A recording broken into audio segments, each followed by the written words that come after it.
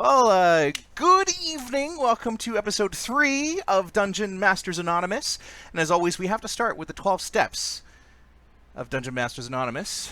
This week, we are on step numero 3. Step 3. We've made a decision to turn our will and our DMing prowess over to the care of the story that has to unfold itself. That's it for episode 3 of Dungeon Masters Anonymous. Without further ado, we've got a few people that I'd love to share with you. All right, let's kick off episode 3. We've got our guest in this week, so we'll start with you, Mr. Guest. Go for it.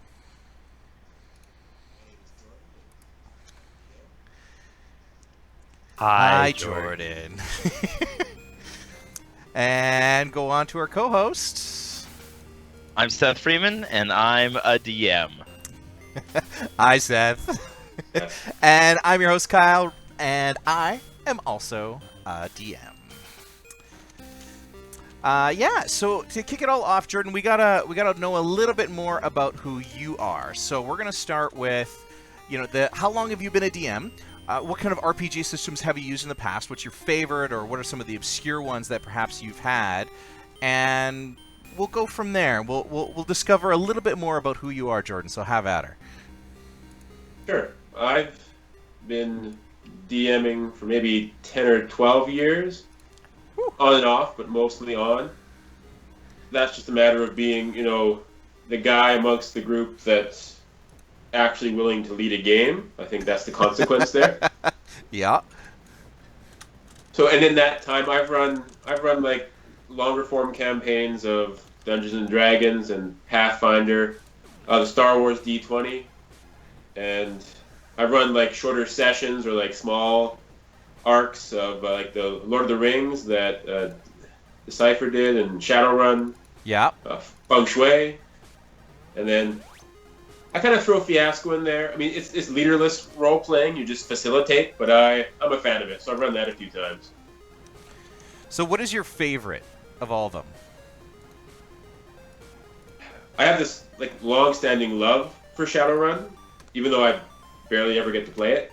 I like the gunplay and the hacking and the magic and how it reshaped the world. So I sit down and I've read through the books a few times and exercise so little of it, but the passion's definitely still there. I see.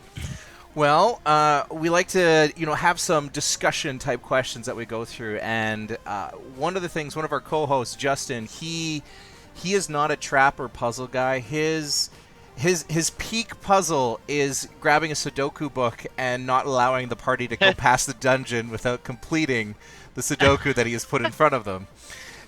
And so I figured for the week that he couldn't make it, we could talk about maybe some more elaborate traps or dungeons that we have been a part of, or either we've created or we as players have engaged with, but ones that really caught our attention. Jordan, I'd love to start with you. What kind of trap or puzzle or maze or something that's come up for you really made an impact? Sure. So you want me to give something that I created over top of something that I ran? Because I have one that wasn't. We can do both. We can do both. We certainly have time. Go for it. Well, I'll start with something that I did create that I think paired out well. This is a long time back when things were more innocent, and there was one of those classical, illusionist wizard tower, right? That the party was investigating to come to get his help. So of course, to meet him, you had to get through all his strange variety of illusionary rooms, right? And there's traps galore. I think the one I appreciated the most, there's a variety of like hidden keys and lone monsters and things like that. Now, the last few rooms, like all the rooms were described as being just like lit from a glow from within. Yeah. The last few rooms had a specific source of light coming in from a specific direction that was a specific color. And then the final room in that series of 4 was just a brighter white light from the center. And then when they cleared those last 4 rooms, there were 4 color wheels, a brighter white light, just illuminated on the wall in an otherwise empty room. And they had to align each to the, I guess, cardinal direction. So primary color wheels, right? So just blue, yellow, and red. Yeah, so they had totally. to align each of those to the appropriate direction for the past 4 rooms that they had been in. So just a matter of remembering what had gone before. And they did quite well with the first 3, right? Because they caught on that red was red and yellow was yellow and green was a combination of yellow and blue, right? Very straightforward. That didn't take them long, but the 4th one really threw them because they couldn't figure out how to get white, and they spun it left and right and, drove themselves nuts. And then finally somebody did one of those common things, and they pressed it inwards, which opened the final door and let them through. Aww. I like the idea of the mixing of the colors, though. Like, if you do a blue and a yellow, and it's like, how do we get the green door open? Oh, take the blue and the yellow, put it together. Yeah, there was some brief, problem solving at that one for sure, but they did figure it out. All right, Seth, do you have a trap or a puzzle or something that you've done that really stands out? So actually, man, these all come from. I got 3 that all 2 of them come from the same party, and it was like the same adventure, but I had sort of a dungeon crawl set up into a tomb to retrieve a treasure for someone. Okay. And to get in, there was this altar that had blocked. They could not find doors, anything. And I had set up this riddle with this puzzle, and essentially there was a goblet that was on top of the altar that was like a fixed part of it, so it couldn't be removed. And there was a knife, this jagged knife beside it. And the riddle, I don't remember what it was, but the riddle basically tried to allude to you had to cast both a fire. You had to at least touch the goblet with both fire and ice in some way, whether it was magical or non-magical. And then it would open a slot in the bottom that you could insert the knife into as a key, and it would open up the secret passage into the. And I remember it was the first puzzle I ever ran, and I was terrified that it would be too easy. That I just like laid it out way, and they'd be like, yeah, blah blah blah, let's move on, right? And it took them like 45 minutes to try and sort this out. And they expended spell after spell and magic items and all kinds of stuff. And they went in they needed like a long rest before they went in any further. And it was actually turned out to be really good. Then one of my favorite traps ever. This was in 3.5, which is important because I don't know if that's the case in 5th edition, but in 3.5, elves got a free chance to look for secret doors if they came within 5 feet of one. Right. And we had an elf wizard with us, and I had really set this up as bait, and it worked out perfectly. The wizard was no good at finding secret doors, but in this long, narrow hallway, he walks by one, and I did the roll for him secretly, and he rolled a 20, which is what he needed to get it, right? So they got a bunch of loot that I was kind of like, they'll be a bit overpowered if they get this, but that's okay because it's really hard to get. And they found it, and then they go around the corner in the hallway, and they come up the hallway splits. It goes off to the right. Straight ahead is a door, but to the right was this dead end passage. It went like 20 feet down and then just stopped. It was just brick wall. And they're like, there's nothing else there? And I said, no, it's just a dead end. And they're like, we'll send the elf, because obviously he's the one who finds all the secret doors.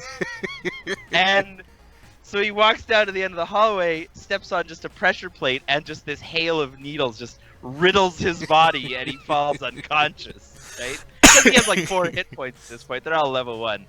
And so they heal him up, and he gets up. He just gets up. He says, "Never again." I am not the guinea pig. That's why you always take something you throw down the hall to land on the pressure plates. And then they spend they all take a bunch of time and look for secret doors. Like, well, we've got the trap. We might as well get the treasure. And there was nothing there. It was just this hallway with a trap at the end. and That's dirty. Oh, that's dirty. And they said, like, there's nothing here? And one of the players goes, no, I just put it there to be a jerk. And I thought it wasn't me; it was the villain who did this. But Oh, see, for me, one that stands out, I've got a few as well. But there was one that I was like, okay, I want my party. I was actually conjuring my magic school bus days, and I want them to shrink down and go inside somebody's body, and kind of have the inner body quest. And so, but this time they were going through the brain, and I'm like, okay, I don't know much about brain science, and so I actually contacted a friend who is studying to be a neurosurgeon to start educating me on the parts of the brain and what this part does. And I'm like, okay, so if they were to enter this part, like the frontal lobe part of the brain, what is that kind of like, if somebody were to step into that, it were to be a room, what would that room look like? And so it was like this empty office building because the frontal lobe had been destroyed, and so it was the CEO's office of a building, and everything was destroyed, and so they had to make their way through the brain based on all of these like analogies of representations of what these rooms would be, and along the way there were certain things that were going to happen.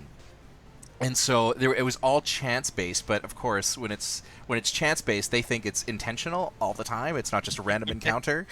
And so I had them in this one room where it was I can't remember the part of the brain, but it was one of the parts of the brain that measures emotion. And so it was a huge carnival that had been like just all decrepit and diseased and all the rest. And they were convinced that there was something more there because this spirit of youth they had seen flickers of, which was pure random chance. So they had seen through. So they had been trying for like the better part of 25 minutes to solve the puzzle of this room where it was purely story. And it was just, you just need to get through. And so finally, I'm like, okay, I need to make a puzzle. And so I'm like, all right, let's try something, because they need some reward. They've been working for 25 minutes. And so I'm like, all right. And so a gap certainly starts to open up into and a rumble as if everything's cut. I'm like, okay. And so at this point, I'm now conjuring my what's that Disney film about emotions? Inside Out. Inside Out. It's you know how it's like they're starting to like, it's like, oh, they're losing connection to this, and so now it became this puzzle that was a rate. And so I was like, okay, it was like, oh man, how much time do we have? I'm like, you have, go ahead and roll intelligence. I'm like, okay, 10 minutes, and I put my phone on with a 10-minute timer.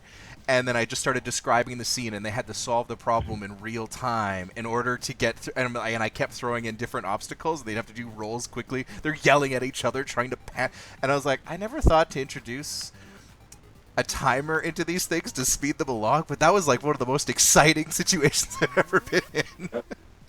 It's good way to add tension. Yeah. So I'm all for that. All right, Jordan, you had another one. You said you had one that you ran, you didn't create. Yeah. I got a couple, but this is one that stood out for me, and not because it ended in player death, just because I thought they were really clever. In one of the early like Pathfinder,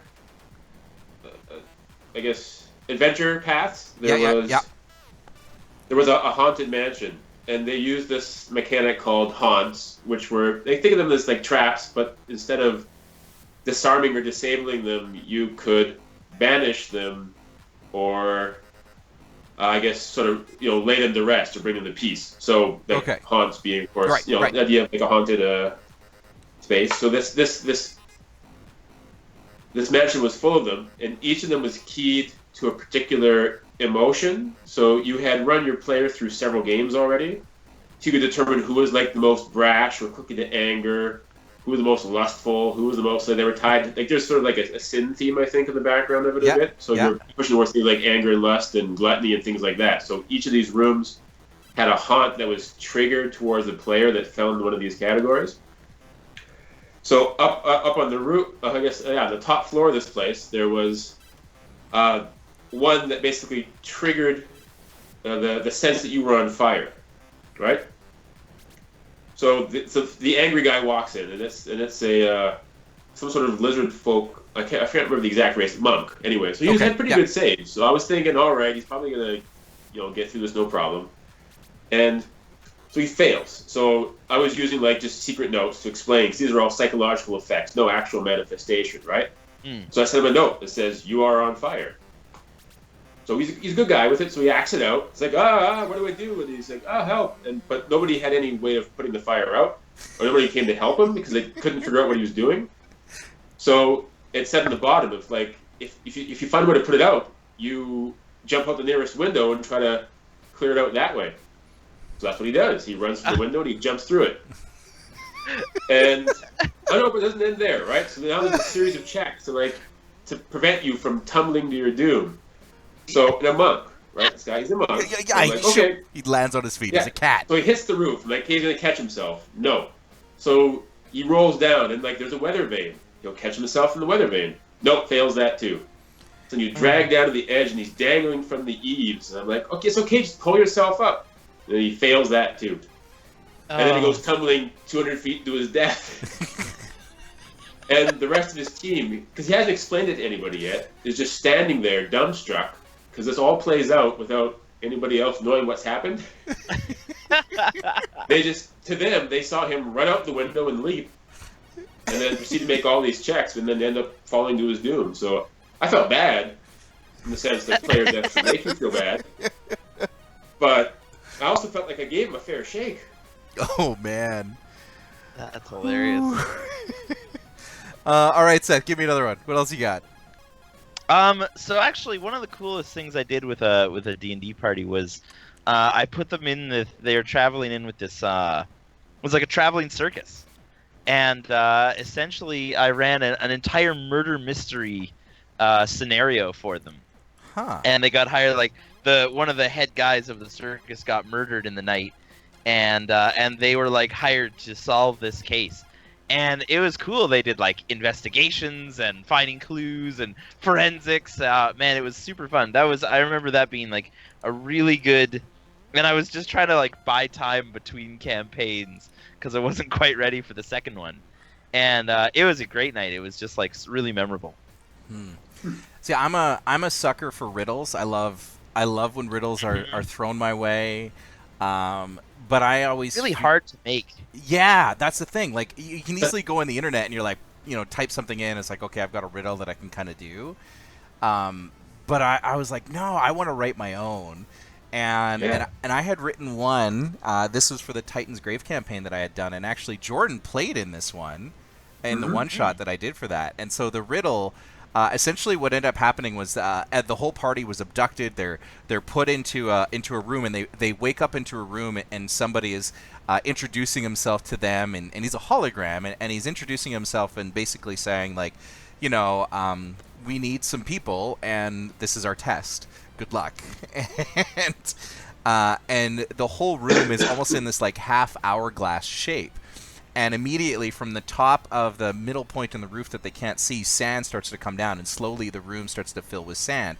And 5 holographic clocks, not hourglasses, but clocks, come up, and they're all pointed at 12 noon for both the hour and the minute hand. And so I brought out a picture of each one it was, and then this little riddle starts to form in words that kind of written in the air. And it talked about essentially a person's day and how they begin in bed to get up and start their day, to walk to work, and to sit all day, only to find themselves back in bed at night. It rhymed. I had it all rhyming. I couldn't find it, but I had that all set up. And the idea was that they had to put it at. So they had to get. It wasn't so much what time it was, where they argued for quite some time over which time would these be, but it was actually just the physical representations of laying down, so completely horizontal, sitting up, so a right angle, and then standing straight up, and I was so proud of that one. And I was taken.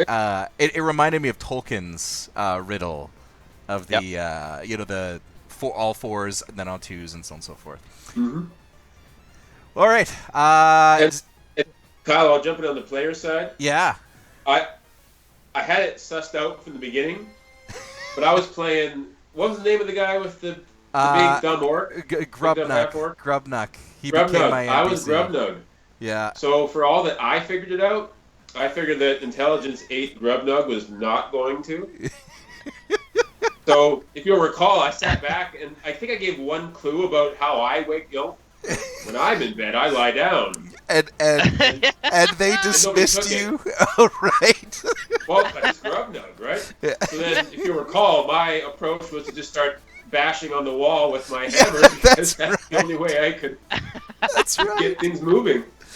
Oh yeah, that's right. I forgot about that. Oh man, that was fun. I love. I didn't. 'Cause I really liked it and appreciated it. And like, I can't solve this, right? Like, yeah. Or sorry, Grubnug can't solve this. There's no way you can figure this out. Dedication to character. I love it. Yeah. So one of our discussion questions for tonight, I wanted to throw up there, is a challenge, I think, for every new and even veteran DM. And the challenge that you see is, how do you keep your party together? Sometimes when they start, they all have their own individual stories, and they're all kind of, but somehow they need to become a party together. And then on top of that, how do you get them to stay together when one always wants to go shopping and one always wants to go out into the forest? How do you do that?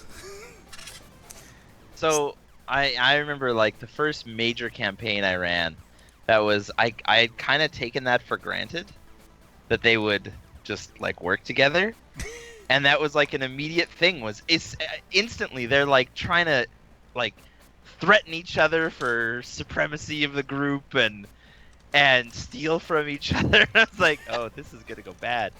And so I whipped together a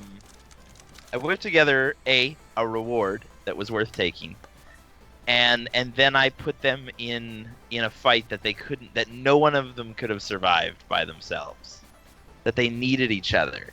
And it was through several of those I ran just a couple sessions of some major battles. And I remember like their second one, it must have been an ogre. An ogre clubbed my fighter and like launched him 10 feet with one hit. And they were like, okay, that guy needs to go down quick.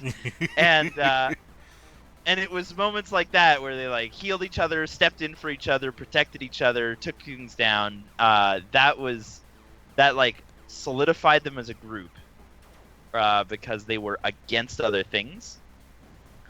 And then splitting parties, I don't know, I'm not totally against that, but I always make sure that I'm prepared to make them pay a price if they decide to all go and do their own thing.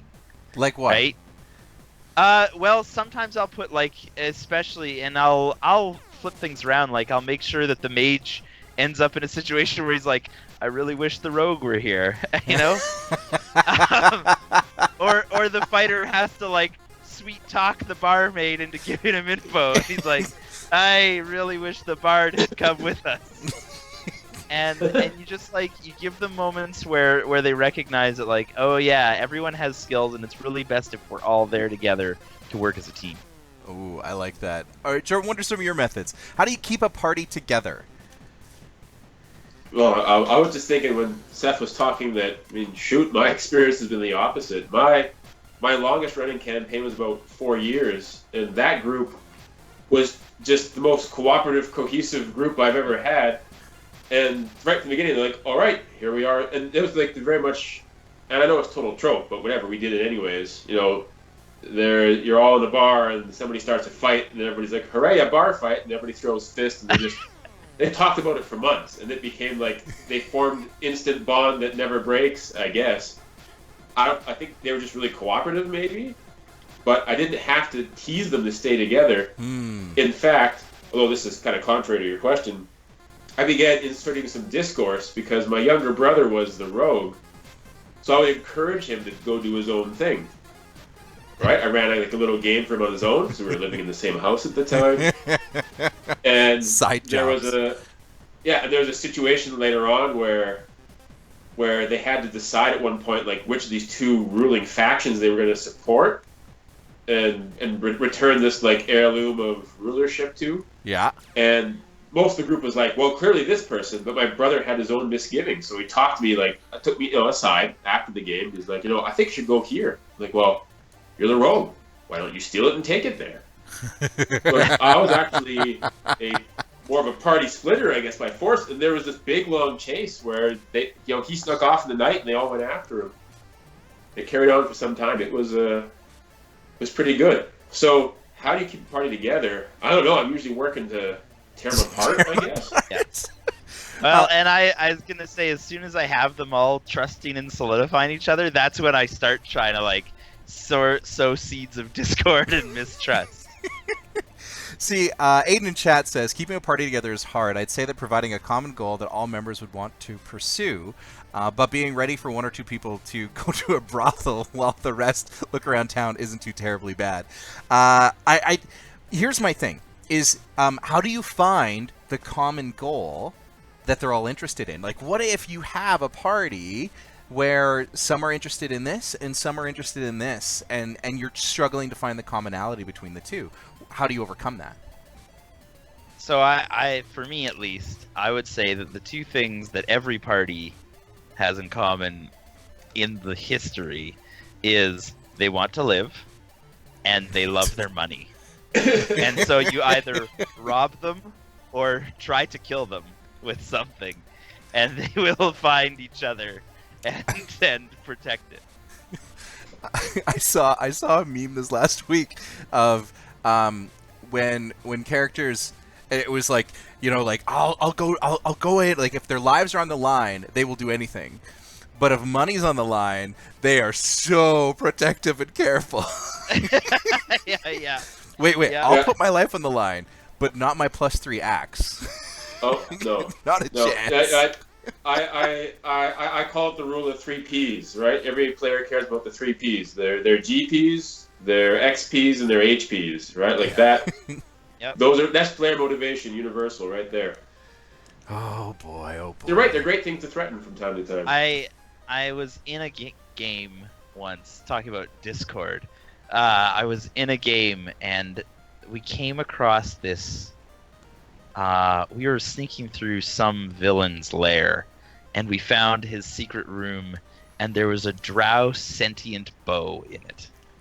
And our ranger was, ready to take it. I think it was called the Bow of the Spider Queen, was with the GM. I think it was just sort of his own thing. But essentially, when you grabbed onto it, it would pierce itself into your arm and attach to you, and you could trade permanent constitution to unlock new powers from it. And we were like, we are locking this thing away and never letting anyone find it. And the ranger was like, I think I want that. And so the party was like, no, you cannot take this thing. You don't get to it's not a tool you get to control. It's a thing that controls you. You have to understand that. And it came to the point where the DM was whispering into his ear, unspeakable power, while the party was screaming, don't touch it, we will kill you if you touch it. And I was driving the DM home that night, and he said, I gotta confess, I've been making sure for 4 sessions that you guys have found no loot that your ranger can use, so that when we got to this thing, he would really, really, really want it. Oh, that's dirty. Man. That's evil. All right, we'll move on to Stories Untold. So this is the part where we, the stories that we make up as DMs, the worlds that we share, the traps that we wanted them to go through, the puzzles that are left unsolved, all because our players decided to go one way and not the other. And so as always, we let our guests start. Jordan, you're up. What are some stories that you've always wanted to tell, but your players never got there because they went a different way? Sure thing. Should I do it one at a time like I did before there? Yeah, go for it. Okay. So most of these harken back to the 3.5 campaign, that long-running one, right? Plenty of potential for totally 4 years. missed arcs there. So after some of the early opening adventures, the players have been captured, right? There's like I think a series of pit fights. They've been introduced to a couple of new characters meant to run for a medium length of time. And one of them was like this third prince from some of these like satrapies to the south, and he was very antagonistic, and I believe lost his fight to the group's fighter. I'm a little fuzzy on the details now. Mm-hmm. So, taking that as an insult, he cornered them all in an alley later on, and beat them. Everybody got beat senseless except for the fighter, which got murdered. Actually, he was, I think, one of the first party deaths. So I gave him a freebie and brought him back to life, because the idea was, the cruelty of this guy was he wanted them all to die out in the desert. So that included raising the fighter from the dead just so he could die of thirst and starvation. And I thought, for sure, here I've plunked them in the desert, right? It's a long way from home, but a short way to the nearest center of population. They'll want revenge, and they're going to go after this guy. So I prepared a lot of story arc on what they would encounter, and like the politics that were going on there, and the allies they'd find, and of course what they'd face. And they never liked this guy, so they blew him off and said he's not worth it. Tromped all their way home, and made it to the river, and I think they hitched a ride with a dragon turtle across, and that was the highlight of that trip, and none of that got touched ever again. Oh man! In fact, the only thing they latched onto was he was a well-dressed prince, and he had these like fine purple gloves, so they called him the Purple Prince, and they accused him of being wearing silk gloves and being very effeminate, which he wasn't. But eventually, he sort of takes the shape, I guess, your players give him, right? Absolutely, So, it starts to get fit into incorporated. that a little bit. Yep. That's too funny. Oh That man! was it, Purple Prince. Yep. Purple Prince. Did you have any others that you wanted to share? Sure. What else you got? There was, well, yeah, I'll give you a couple more. So there was one that the players were pushing back this orc and goblin invasion, and they discovered that the meeting between like this half-fiend orc leader of these orcs and goblins, between like a black dragon from this nearby marshes, right, where instead of getting at each other's throats, they were going to form an alliance. That was the rumor. So the players like, we can end this thing right now by killing the leaders or killing the leader before things get that much worse. So the idea was that each of these two sides would barter with the PCs to kill the other, right? Because they weren't like that friendly with each other, clearly. So the PCs make it through all like the troglodytes that were the followers of this black dragon. They make it into its lair, and they get tied up fighting the like elite orc guard. But one of them, I think, had the wherewithal to like block the door, because the orcs were kind of prepared to do that. So there were some barriers, and so they all took advantage of them, and they blocked the doors, and they locked these two things. They locked this half-fiend in with this black dragon. And so I had the argument escalate. Now, at this point, like DM advice would be, choose the outcome you think would be the best, and have it waiting for the PCs on the other side. But I was still new, so what I did was I resolved the fight. And these two like tore each other to pieces. So when the PCs actually make it through the door, the dragon's dead, and like the half-fiend is just torn to pieces with maybe like 10 hit points left. and the party's like, they're damaged, but they're not that bad off. So now they're all facing what's supposed to be this epic fight that I've already fought before them behind closed doors. So it looks really awesome. Like the whole place has been torn to pieces. But there's no fighting left to do. So he charges at them to try to break himself free, and they kill him handily. Then they all kind of give me a look like, so that's it? So and that's it. anticlimactic. War was over. Yeah. The orcs and goblins went home. The dragon resurrects itself. It's an undead dragon. I guess. No, I just said, all right, we'll just do something different next week. That was the end. That's a horror story. Oh, I hate that. I hate that experience when you kind of know, like, yeah, this didn't end well. Yeah. And that's my preference for, like, I'll let the dice tell me. So I'm like, let's just see how this combat plays out. I have no idea where it's going to go. But it was far too even. I thought the dragon would kill it, but no, they just ripped into each other back and forth, and I was just watching it go on as the fight was happening in initiative order. I don't know, just the way timing worked out, I guess. I let the dice tell the story for me, and they told a pretty lame story. See, I've seen you do that a lot when as a player. So you'll roll the die to see like how do I respond to this sort of thing. I always wonder, like, does that take away from roleplay, or are those more like, well, my character would do either of those things. I just don't know which one he's going to do right now. I've always kind That of is a part of it. Yeah, usually I'll mark it against an ability score or a save and say how likely would I be to do that or not do that based on who this character is.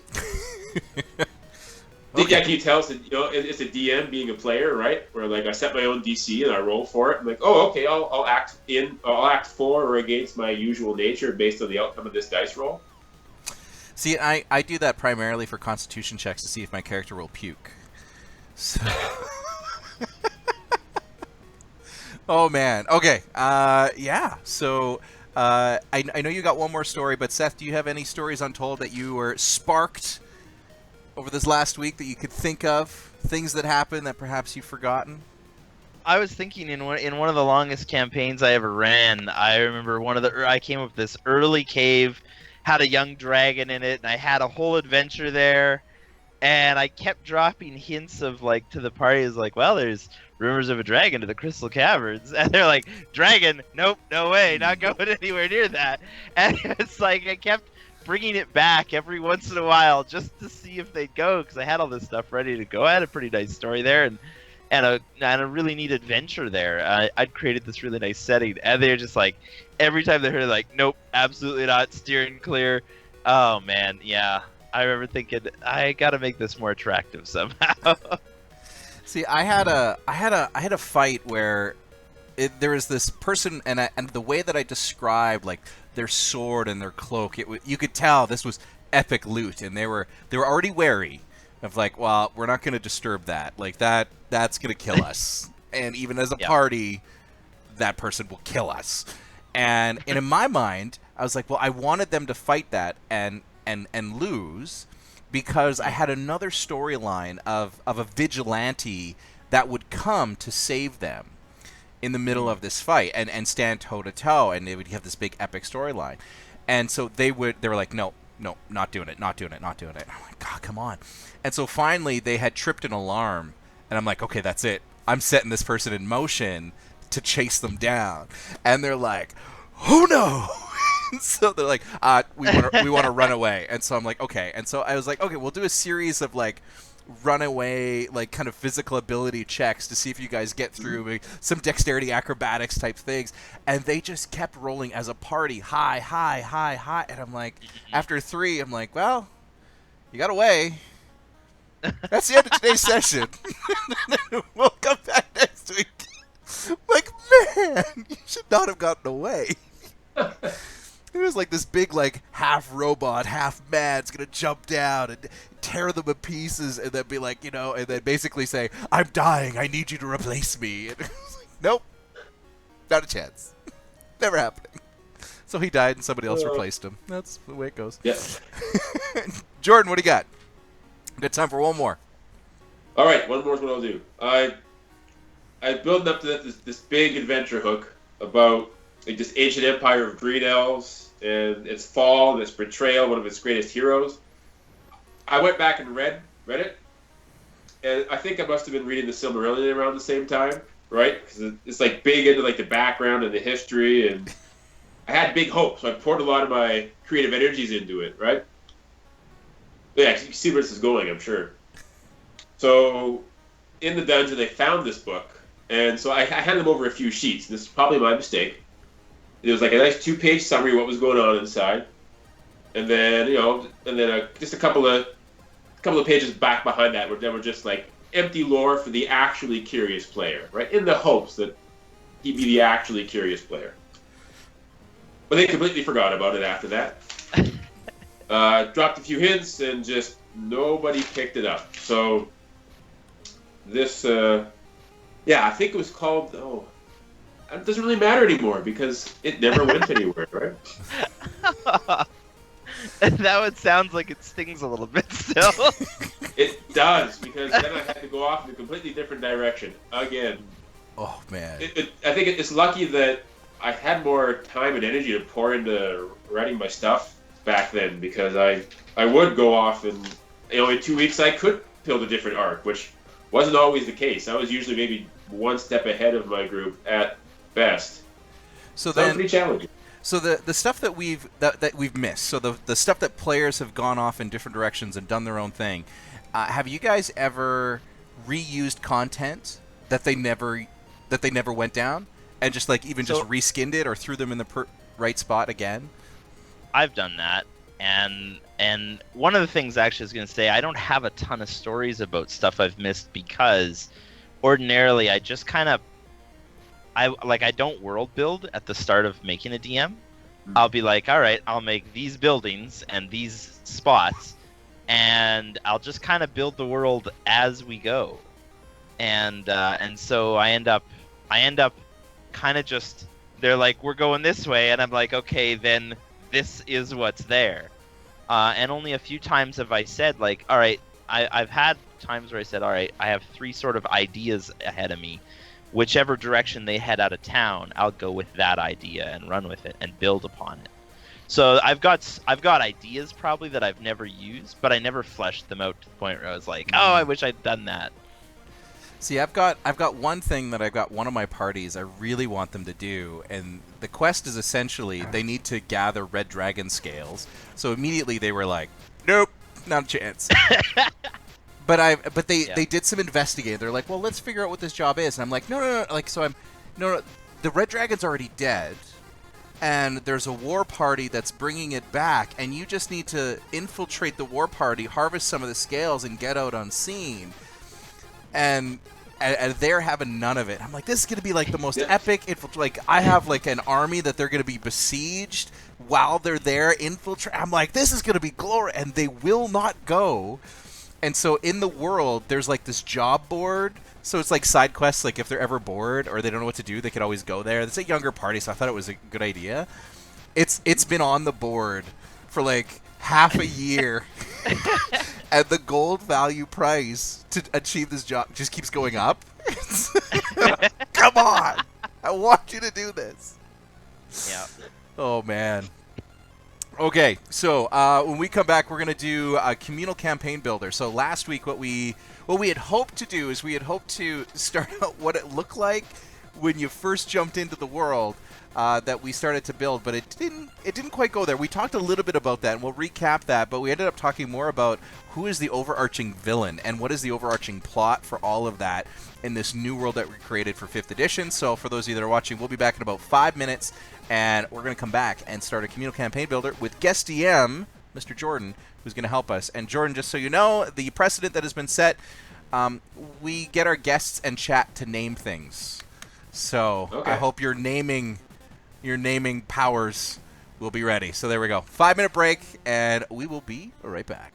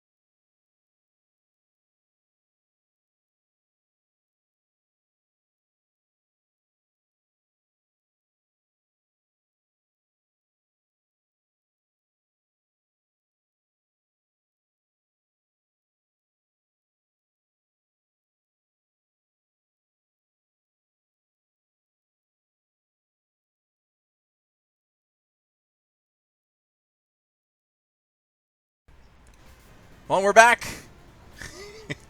And I gotta change names again. I keep doing this wrong. I gotta figure that out. My word. Okay, so back to Dungeon Masters Anonymous. We're onto the communal campaign builder. So the glorious thing about this is that we are building a 5th edition campaign, Forgotten Realms-ish, what we're doing. And the idea is that we're going to build it as a community and see where it goes from there. So chat, you're welcome to pipe in at any point in time. We've all got it up, and so we're checking it, and we'd love to hear your input on what we're doing and what it looks like, and we need help naming things, let's be honest.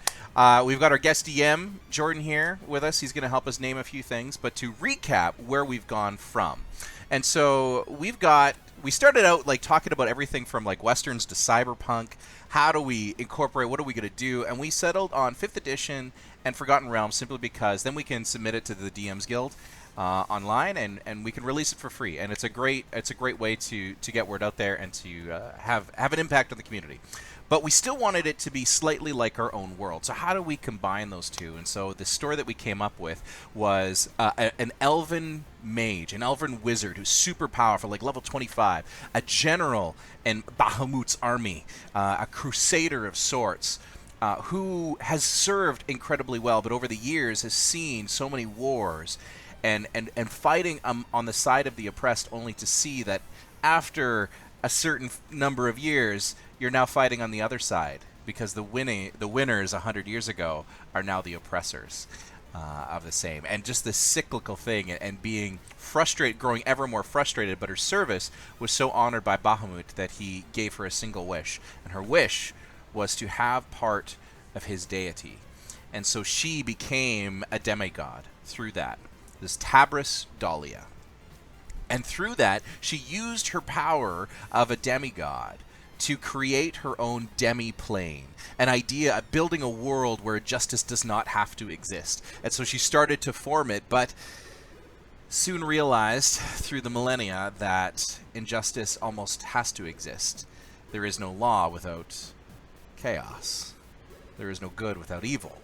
And so the struggle that she had with that. And so we entered in, and the idea was that we were supposed to talk about what did it look like when you first jumped in, and we talked a little bit about the idea that some of the stuff is unfinished. So I really liked, and we'll get into that a little bit more today, but the idea of having a glitch in the physics, that one really stood out to us, but also having like things like magnetic wood, so that wood was attracted to each other, and it just really messing with some of it, maybe even the science of it, because this is a place where things are, it's almost an experimental ground. While we were doing that, we discovered we kind of need our villain. We need some motivation here. And so here we discovered Yabish. So this is our villain, per se. It's more of a sympathetic character. So Yabish was created early on in the existence of Tabris Dahlia's creation of this world. She was created, Yabish was created as an agent of her correcting injustice. And the way in which it's corrected is that it just rewrites the code, almost like Matrix style, of what was there. So if there's an injustice, just going to come in, I'm just going to write over your personality and write over the history, reform it. There we go. It's good. And then move on. And that's this agent. And Yabish strongly believes that this can be accomplished. And so the conflict is now that Tabris does not think it can be accomplished and is simply trying to maintain. But we have this agent of her own creation that is just bent on perfecting this world and is just ravaging it along the way and doesn't see his own destruction. So that is the world that we have entered. That is where we left off. And at this point, when the party is about to begin, we do know that they've discovered a book of some sort. This book is essentially the annals of Tabris Dahlia, and through that and through reading that, they invoke an incantation which sends them into this demi-plane, a demi-plane that they cannot escape from. But my question to you, Jordan and Seth, and to the chat, is what happens the moment they step foot in this demi-plane? What does it look like? What do they see? What do they smell? What do they hear? What do they encounter? And I'm going to leave it at that and let you guys talk and give me some ideas while I type them up. Okay, well, I think based on what you described, we're looking for a place where I heard experimental, and also the goal of establishing an order, but where there's rules of physics that need to be they're being tested, right, or changed. Exactly. Yeah, I think one of the ones that Seth had mentioned was that gravity is stronger near trees. Okay. So it's just strange things like that were happening. Right. So depending on whether you want like high action or low, I feel like you want to establish one of these differences right off the hop, either visually or by throwing them in with something that like they don't understand that shows them the difference of what they've just come into. Well, Aiden says that he liked the Salt Flats idea that we had last time. The idea that they kind of came into this idea of like almost like a world of nothing. So there's nothing in there. But I like the idea of, is it high action or low action? Seth, where do you lean on that when they first come in? Oh, Seth, you're muted there. I can't hear you, buddy. Oh, that helps if I turn the mic on. I was thinking, probably because we were talking about puzzles earlier, that if you had some sort of like puzzles to sort of sort out, right? So whether it's just like terrain to navigate or something, right? Like the Salt Flats have an exit, but it's not necessarily visible. And just sort of like, so simple goals to accomplish to sort of move you from this phase into the next one. I like that. I like the idea of introducing a puzzle right away, and that you really get to like you get them to mistrust the things that they see right away. Oh, I like that. Right. Okay, so then what's the puzzle? So how do they proceed? What's like, is there certain things that they step on? Is it essentially, in our mind, as a DM mind, kind of like a 10 by 10 board, and no matter if they walk off one side, they're essentially just walking onto the other, and they need to find a certain spot? Or what are we thinking? That would be interesting if it was like almost if it was like the Truman Show, like so it looks like endless horizon, but then as you approach it, it's like there's a wall there. Right. I like you give that. them one, so you kind of give them well, basically something in the distance to actually pursue, but then you find that rather than get closer, they eventually just run up against it. Yeah, it's a painting. This wall you're talking about? It's a painting on the wall. Yeah. So some sort of sign of civilization, maybe, the kind of thing you'd be drawn towards. Yeah, even if it was just like a silhouette of a cityscape, but like way in the distance, looks like half a day away, right? You walk like 100 feet, and it's like, oh, there it is. Oh. Well, like your talk of magnetism had me thinking now, when you're actually like, what kind of things would they encounter right away? And I thought like whether something floats by, or whether they pass by like a plant or a stone that has that magnetic property, like the trees you mentioned, but it draws metal. So maybe like rock or stone would help sort of suggest metal still drawing metal, but it pulls everybody's weapons away. You have to test to keep them in hand. Yeah. Something unnatural would be even better. Like if you walk by a cactus and all of a sudden the sword gets sucked out of your hand, that's going to leave people scratching their heads afterwards. And players never like being disarmed, right? If the group suddenly has their swords and axes sucked away, then they get really upset. And because Justin was kind of suggesting last week that he wanted to sort of like, he would like to see the players encounter sort of stages of construction, right? So moments where things were polygonal, and it was like, and it's occurring to me like you could have a setup of, you could even set like sort of a, like in Portal you have like a task, you got to get the cube on the button every time, but the task gets harder every time, right? So if you give them something to hi Rami, wave hello. If you give them something like something common like that to do again and again, but the rules change every time, right? So the first time you step in, it's black and white shapes and you manipulate the shapes. The next time it's like actual daily objects, right? Oh, yeah, I'm liking that. I like the Portal influence into that. I think people would really appreciate that. Yeah.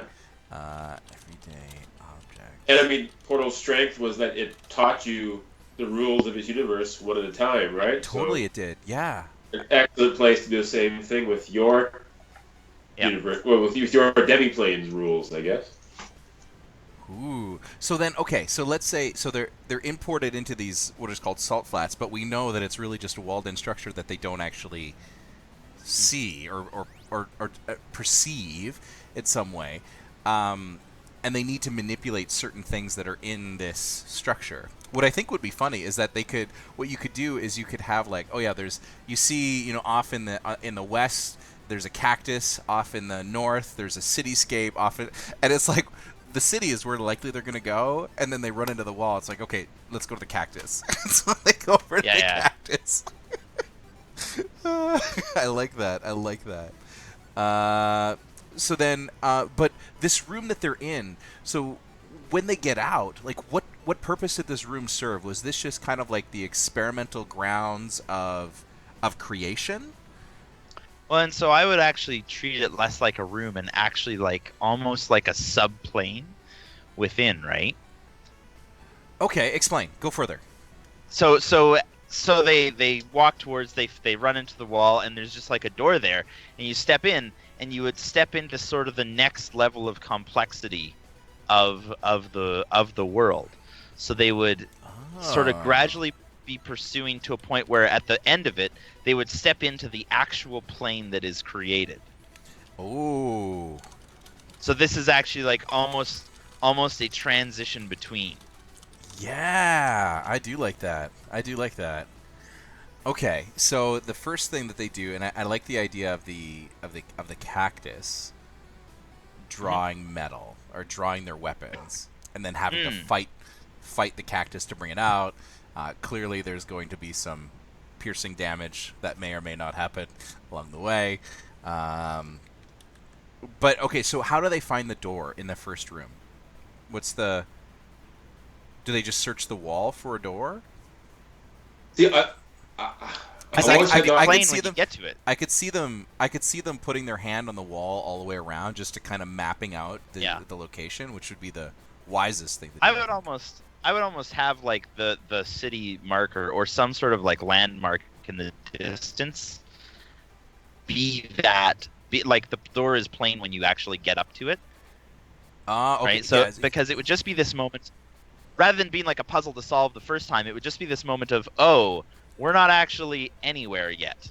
We're in something bigger than what we think we are. Yeah. Or something that isn't what we think it is, right? We talk about a lot of differences in gravity or perspectives coming into play for this, because maybe you put the first door is either in the ground or up above. Like because those can come into play. We had kind of talked about a series of things, like those kind of could come into play later. Later, right? Yeah. If we had like 4 or 5 rooms to get into the plane, and this is just room 1, and it's literally just a cactus, salt flats, and a cityscape in the distance.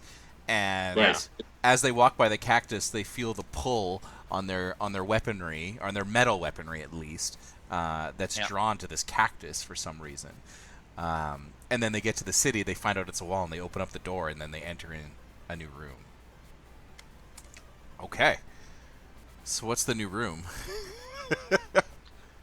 So then the question is, I think one of the things we need to lay out is how many of these do you want to enter through before they finally get to the world proper? I lean towards 4 being my max.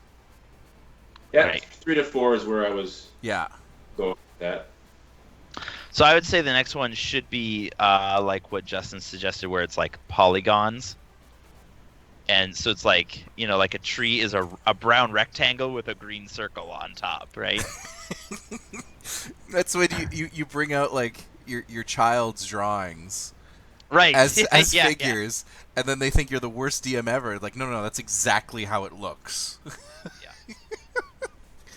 Oh, there has to be an animal that is not quite right. Yeah. Like moving. There has to be a lot of and either they're inanimate because they haven't been given the ability to act, or you can enjoy describing just how strangely they move when they're built in this way. None of its legs are the same length, right? Yeah. I like that. Okay.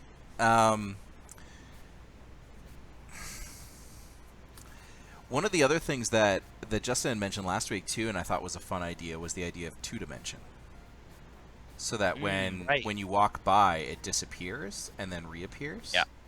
Um, That might actually be this. yeah, I'm thinking so too, because the one before, it's not like they're actual salt flats. It's just like white ground that expands forever, and there's a cactus that stands out that doesn't have a shadow because there is no light source, and then there's a cityscape in the distance. And then we Yeah, in fact, I'd go so far as describe that as not even. I mean, we're saying salt flats, thinking of like a sandy ground, but I think you actually make it featureless. Yeah, exactly. Like just straight up, almost like a glass, a white glass across. Yeah. Yeah. Blinding to anyone who has dark vision. Let's punish all those races. All the players are gonna think they're in the future. Well, we have to be careful too, right? Like we don't want it to be too technology oriented. Yep. So the door that they go through it's not like a steel door, that sort of thing. It's something else. Yeah, it's still like an old wooden tavern door, right? Yeah. That has like paint on it. That's part of the cityscape, essentially. Yeah. Yeah. Okay. You repeat that to help root them in every time they find an exit, right? Make it look the same. Mm-hmm. Maybe. When they enter into the door, can they go back? No, I think when you enter the door, it like vanishes behind you. Yeah, I'm thinking it's a 'Cause that one-way was- thing too. Because one of the things we said last time was also that like maybe there's something broken that they can't go back. Mm-hmm. And that's, I mean, part of the adventure is find your way out. Yeah, that's true. Yeah, we're jumping you into a world, and I know that we're kind of leaning, at least the going theory of an endpoint is having to make the decision of who do you side with, Yavish or Tabris, and or do you stay and take over the world for your own, Yeah. which would be also pretty cool. But Well, is there a point in these? Is there a point in these three rooms to introduce some sort of conflict there? Then, or the first hints of what's going on between those two parties? well, I think what we were leaning on is that the idea of Yavish would be we would ingratiate him to the party, and so he would be a helpful NPC. He'd be useful. And then a situation would arise where Yavish would rewrite, because that's just what he does, and he doesn't see a problem with that. And then the party can then agree with this, or be not okay with this. Like, oh man, this child has, contracted a disease and died, and it's like, don't worry, I'll fix that. Okay, they never had a child to begin with. Ooh. So would I guess like the ultimate encounter at the end of these opening rooms be him himself, or is there like a lesser minion that can be introduced as well with some of these abilities? Or I guess you wouldn't display these abilities themselves, but would you introduce the character as somebody that would lead them on to the greater plane? So I think in some of these earlier ones, if anything, like especially in the second room, if anything is there, I don't think it can communicate. At least not in common. Because I think that would just be too complex. Yeah, right? Maybe the final room, right? Yeah. I think in the final room you introduce something intelligent so that they it's increased in complexity enough that you see something intelligent there you can interact with, and you know that you. Yeah, that would be like where we could incorporate too, Kyle, what you're talking about, like the NPC from Final Fantasy who just says the same line over and over, right? It's like, welcome to the city of. Welcome to Tarshish. It's a beautiful day. So do you know anybody in town? Do you know where you should go? Welcome to Tarshish. Yeah, it's a beautiful day. I love having NPCs that are on the rotating lines. Yeah. No matter what they say, you say second line, third line, and I love writing it so that it's pretty close. It's like the answering machine where it's just like, hello. Yeah. Yeah. Hang on. No, just kidding. It's a message. Just messing with the party that way. I love doing that. Okay, so a white glass featureless floor goes on forever, but it's more Truman Show style. Cityscape in distance is really a door. So it's that second room. Do you want it to be? You said polygons, or is it the flat spaces? Because we heard 2 dimensions, but is it dimensions that you're going to push into more, or are we going to talk about rules like gravity, magnetism, other physical forces? I almost feel like you want to make a choice between those. What would you do with a 2-dimensional world? Yeah.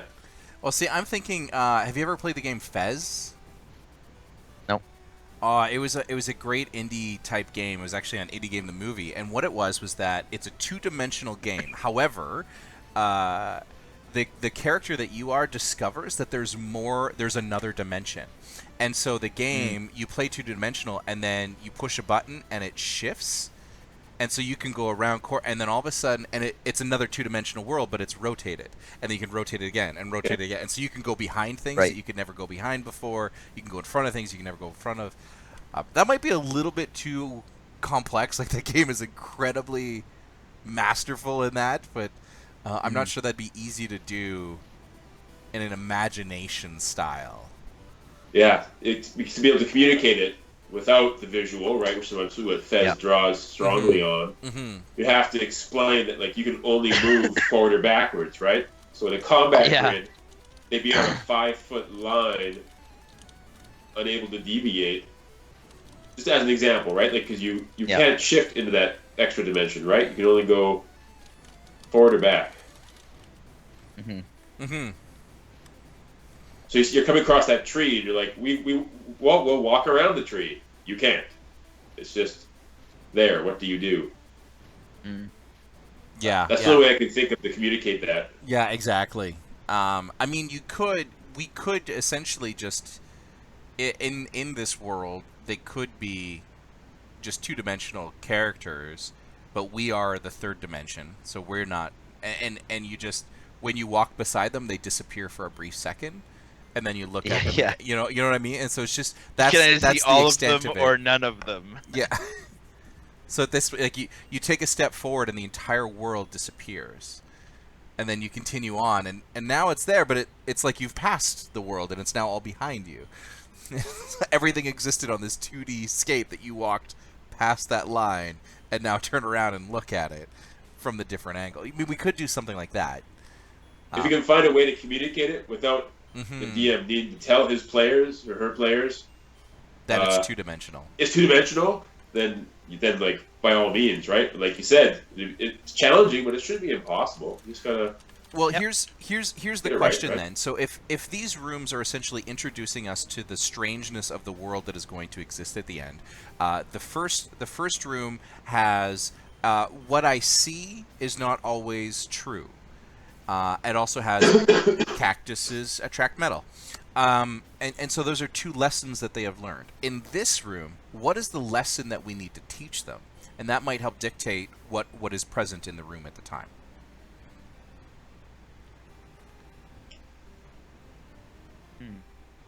Right? So what else do we want to introduce into the world? So at this point, it could be things are unfinished.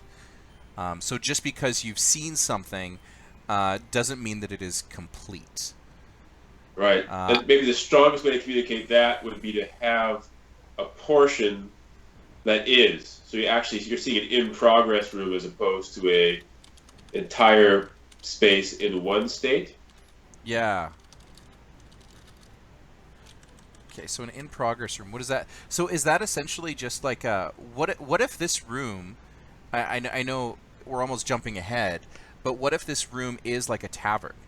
And so they open up the tavern door, they step into this tavern, and it's a half and half thing where half of it is finished, but they are sprites that just have repetitive lines, and then the other side it kind of tails into straight out polygons that are still moving. Yeah. I mean, you can have it devoid of people if you're not ready for people yet, but a tavern's still recognizable, and like if it's empty, they're free to wander, and they can easily find like the upstairs or the basement, or they wander into the kitchen and cellar space, and it's unfinished, right? There's I like the idea of all one. this. I like the idea of one person. Sure. Because Well, I the think bartender, right? Would be yeah, the exactly. definite start. Yeah. And maybe he's not quite finished, or he's lacking in, like I don't think he should be a polygon, but he should. No, but He should be lacking some things. Like maybe he's completely bald. your idea is probably a good way to introduce here, right? Yeah. That he can't respond outside his programming, if you will. Yeah. He should be almost devoid of features, almost like Odo in DS9. That style where it's not quite right. He's not quite human, not quite elf, not quite. It's just kind of there, kind of thing. So almost featureless humanoid, male. What's the name of the bartender?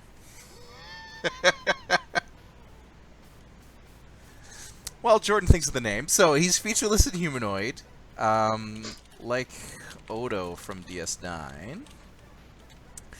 Seth, what are some of the lines that he'll have?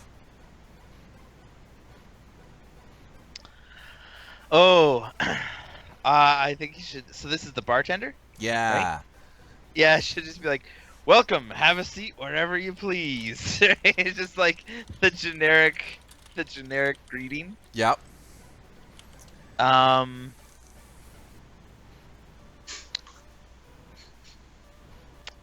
what else should he go with? Probably something like, and probably the second one would be like, where he just sort of lists like what he's got on tap, right? Or on the menu, like special today is shepherd's pie with a pint of mead. All right, chat. If you want to pipe in with some foodstuffs and types of mead or ale that they have, and that's on special, we'd be okay with that. So should we give him an actual name, or do we introduce again that something's unfinished with this here? Ooh. Yeah, maybe he doesn't have a name. But he might refer. But he has to refer to himself as something still, right? Yeah. Okay. So what would he refer to himself as? You I was could thinking, like, you could name the initials, tavern like- at least. Yeah. I was thinking, give him like initials, like BR, or you could name him something like Guy, but but Guy, which is just guy, right? I'm getting kind of punny with this guy. I'm not sure what else to do with him. I do like naming the tavern as well. And maybe because in D&D, well, pretty much any fantasy setting, it's like the blank blank. So Yep. the adjective animal, the rusty unicorn, those types Send of that things. one out. Send that one out to chat. Good tavern names. Okay, good tavern names. But we do get for food here from Aiden, chicken, bread, milk, 2 types of alcohol, and he only calls himself bartender. I like that. That makes sense to me. Or I'm good with that. Or I'm Bart Ender. Yep. Yeah, Bart. That's a good one too. I mean, his name not being a real name is the right place to put a joke. I feel, if anywhere. Bart Ender. Bartender. Insert space at your leisure. Aiden suggests the tavern name is tavern.exe. I was wondering how much you wanted to shy away from or poke at the idea of this like unwritten code. I think if we could make the reference obscure enough, we should be okay. But let's not get. Well, you want to crazy. call it the tabula rasa, or the blank slate in English, or something that suggests the nature of this place? Interesting. The tabula rasa. Yeah, I see what you're saying. The blank slate. I gotta earmark that one. The tabula rasa. I'm spelling that horribly wrong. I took a course in Latin in university. It's done me so well today. Okay, so they step in. We've got, so for specials, we'll say chicken leg, bread, milk, 2 types of alcohol. So I'll be honest, alcohol's outside my depth. So And I think it should be sounds like it is, right? You should be able to order beer or wine. Like there should just be there's no elaborate no names. no depth. No. Nobody's got that far. Beer and wine. You said tavern.axe. Yes. Catherine. Very nice. At least in your working notes, it should stay that for as long as possible. Okay, yeah. So. Tavern.axe. I like that one. Tavern axe. So I got great. So he says, "Welcome. Have a seat wherever you please. Great. Specials today are chicken leg, bread, milk, beer, and brandy." So what's the third line that he says? So if we were adventurers, we would hear that. We would be like, "Oh, okay. We take a seat. What do you have?" And then he would probably answer that, and then they would probably order something after that. So we don't want Probably to. something. I was just thinking, what about something to this of the effect of he asks them a question, right? So he's like, "You look like you look like you've been on the road for a while. Where do you hail from?" Right? Yeah. and then that would look like conversation, right? And there should definitely be a flat answer to, and what is this place, right? Somebody will be curious enough to ask about where they are. Well, that's the question. Does he have basic programming to be able to answer direct questions, or does he only have a set script of lines that he just repeats? Right? Like, oh, somebody's coming in. I'm going to start my program. My program is X, Y, Z. And I don't deviate from that. I was thinking it'd be that that he has his stock responses, but you can choose the most appropriate seeming one to any question that's answered. Okay, so he has some level of intelligence. Yeah, but still, like, if you can only say 5 things that you might recognize, right? Like, so anybody else around here, and he'll introduce himself again because he's the only person he's aware of, and that's the only line he can say, right? Yeah. So is this ever to be like put in use? Like, are you planning to like release this as something another DM could use? Yeah, that's the intent. Yeah. Because at that point, I mean, it should just be noted that like the DM can, like, a note for the DM to say like you could insert your own stock lines, whatever you want, but basically but he can only operate out of this list. Done. And that way, like, it would give DMs the freedom to say, okay, I'm gonna add this line, or this line would be really funny for my party. That's right. Yeah, yeah. The key being that outside of those lines, whatever you choose, right? Totally. Yeah.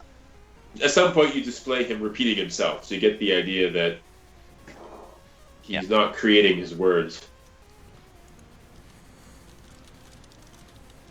So, I mean, with that, what was it? So, chat has asked us to look up the Speak with Dead spell. So, almost something like that. So, until the spell ends, you can ask the corpse up to 5 questions. The corpse only knows what it knew in life, including the languages it knew. Answers are usually brief, cryptic, or repetitive, and the corpse is under no compulsion to offer a truthful answer if you are hostile to it or it recognizes you as an enemy. Yep, very similar idea of like limited intelligence and unable to draw on any prior history. Except he has no history. It's just... yeah. This is he's just been serving brandy and beer forever and ever to the same people. So I got here. So some of the lines was here's what we have. You look like you've been on the road for a while. Where you hail from? The name's Bartender. We call it Tabula Rasa, and I think it's important to have the we. We call it the Tabula Rasa because it'd be like, oh, you said we. Are there other people? The name's Bartender. Yeah. Yeah, that'd be good. Is there any other line that we want to provide DMs with? Do we? I guess if prompted correctly, will he give some suggestion of how to exit this space? Oh, that's a great However, suggestion. I like the idea what Aiden has is that if you leave the bar and you come back, his programming restarts Yeah, from the yeah, top yeah, of the yeah. script. Yes, I like that. If you leave the bar, come back, it restarts. Doesn't remember you.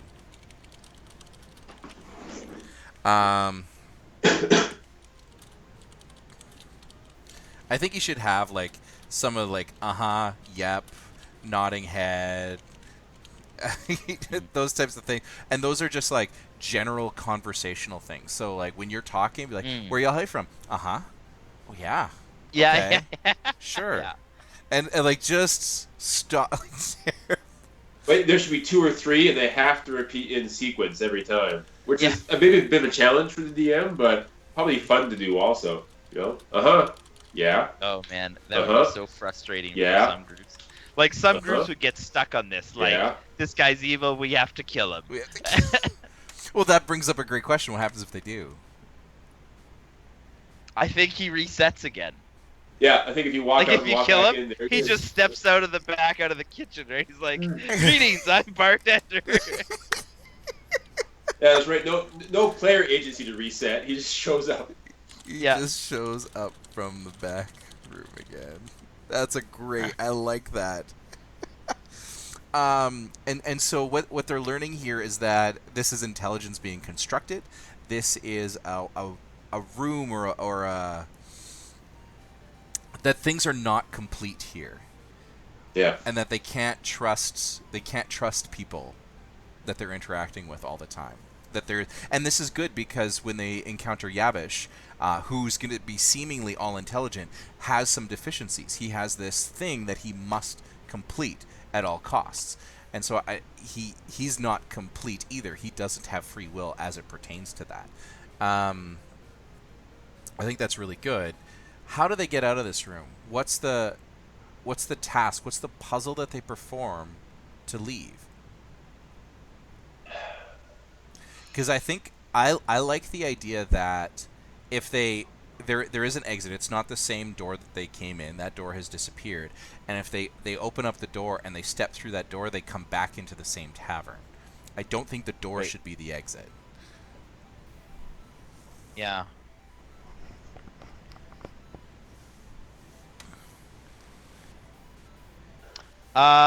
Perhaps perhaps they need to like sit down, eat, and then there's like another line that is triggered. Like once they've eaten or once they've drank, Bart. And paid.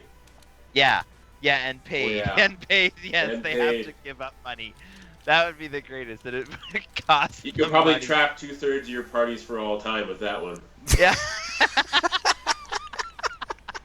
Yeah. Once So they've true. paid, then Bart says, "Oh, the door's over." Says, "Yeah, and use the back exit," and he'll point to a door that wasn't there before. Use the back exit.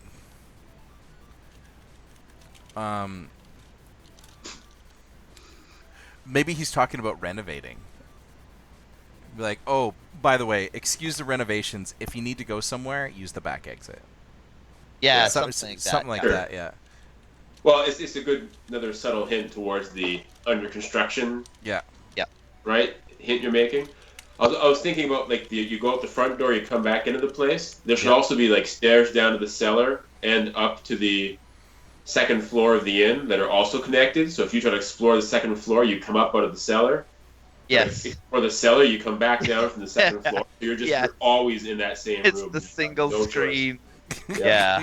The single screen. You can't get anywhere else. Yeah. Front door leads back into tavern. To be- Stairs down. You're gonna have lead- players like trying to see themselves from both sides. Yeah. So we've covered about 4 or 5 sessions here. Depending on the party, for sure. Yeah, pay there'll the be some guy. half orcs who die of old age before we're finished. I'm sure. yeah. Okay, I think that's a wonderful second room. So they Right. so they figured out they've paid they've realized, okay, just because things are unfinished, I still need to interact in a normal type way to see my way through this. Mhm. Uh, they use the back exit, and where do they come into? So we got 2 rooms left. Yeah, 1 to Yeah. 2. I mean, we could end it at Yeah. 3, but Well, I was are there thinking some are there sort of one or two? forest would be good, like a forest grove. Right. So natural this time, or now Yeah. yeah, again. Yeah. But so which one or two like lessons do we still need to teach here? hmm. So I was thinking like a forest grove would have a good thing where start physics start to come into play, right? Mm. Now that we've kind of established a couple of basic things, this is like a diversity of life and complex systems working together, right? So this is where I'd introduce something like wood is magnetic to other wood, or brushes or trees or something have a gravitational force around them, right? So it was an attempt at creating the world, but some of the basic things went screwy, Huh. Okay. Okay. and had so then and So it this was is basically elected that we would just do this again. We'd leave this one as is and not try to fix it or patch it up, but rather just start again and fix some of those things right from the outset. yeah. This didn't work. I think we're in. So the other 2 rooms, these were not like alpha world building yet. Those Right. were like, okay, I'm just playing around with the code. I'm kind of learning this thing. All right. Oh yeah, I made it. Yeah. Okay, this is my alpha world. So this is alpha testing, and I am leaving most of this behind until we get into beta. Yeah. So okay. So is the creator still very much like a creature of order?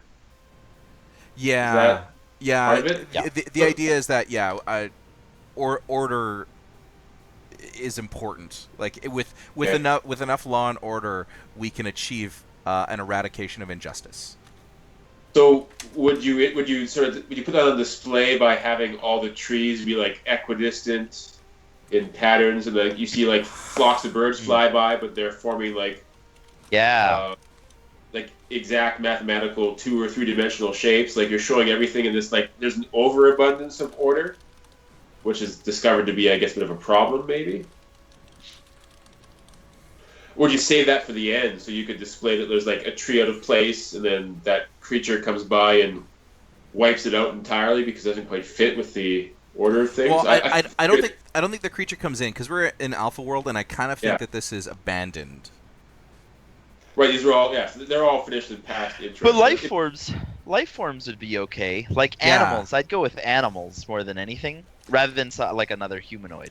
I'd like there to be combat at this point. Yeah. If I'm a player, I want to fight something. I want to kill something, and I want it to be a weird fight. I want some of these physics to come into combat situations where So I I didn't think, expect like, that. Some sort of simple predator prey kind of encounter at this point, right? Yeah. Where like maybe they see deer running and a pack of wolves or a bear or some sort of I mean, it could be some fantastical creature. Yeah, totally. It is a wizard that created this, right? Appears and then chooses the party as their prey instead.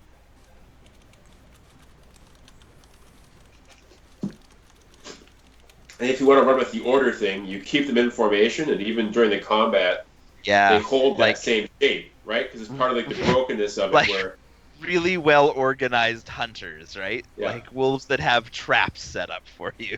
but they refuse to break formation. So if there's Right. like a V shape, they're stuck in that shape, and they have to operate in it. So there's limitation to exploit, right? And the Oh, that's characters cool. catch on to that. Yep. Huh. Okay. So like rigid formations. Only if it ties into the greater theme for that space. If you're gonna play that out, then I think there's a good way to Uh huh. show it in your combat even. Yeah, because I'm thinking of like if it's because you do the pack animal style tactics of like traditionally it's the the lead one comes in, the others come around the sides. Okay. So would this be? I always like the idea like in a first combat. I never want it to be one enemy that they're all fighting. I want it to be multiple enemies that they all get essentially, effectively, they all get a chance to kill something. Right. Like your first encounter, Yeah. kind of get a chance to kill something, and inevitably there's always one party member that kills 7 or 8 of these things, but which is great, and none of the other party get to, but the chance to, and so. I like the predator prey, but I'm not certain how we do the predator. So how does this combat pan out? I like Seth's idea where you have like a prey animal or animals that would run by the party but not deviate. Maybe deviate at like a hard degree angle. And then the predators, which have been following at this same distance for however long, because that's their design, right? It's meant to look like a real forest, but it's not. It's not obeying any chaotic rule. Stumbles on the party, and then I guess some kind of like attack routine gets triggered as a result. Maybe the prey. So if they're gonna do like if we're gonna use deer and wolves in that idea, you have deer that run, and they make that hard right, which is almost an unnatural right. So just like hard right turn, and then the the predator comes, and instead of taking the shortest distance between them, takes the same hard right. Yeah. But as it takes the hard right, it encounters the party, or something to that effect. So then how does it fight? And should it be a pack of wolves, or should it be something that we create? Should it be something that's not quite finished? Yeah. I mean, it's a little bit more finished than the bartender. Yeah. I think we could have So instincts. you can use wolves or pack hunters as your basis, but we can definitely leave some parts out or change it a bit. Yeah. Yep. Okay. Yeah. Or enhance them. I mean, if you're creating a world, perhaps you'd think, you know what, wolves would do better if. What do you mean? Like, give them an enhanced feature, like they're bipedal, or they have the ability to use tools, or something like that, right? Or that they can plan in advance, right? Even if they have like scripted plans to run off of. Like lasers on their heads, kind of idea. Well, yeah, something like that, but I don't want to think lasers on their heads, right? I was thinking they would carry. What if they carried spears? And Oh, that'd be interesting. and they threw a spear. Yeah. Or some sort of even a magical ranged attack. Oh, That's good. Just some straight up magic. Yeah. wolves that can cast magic missile. If we're working with a wizard, then a wizard would think, you know what, man, like it'd be so much easier to hunt if I could just cast magic missile all the time.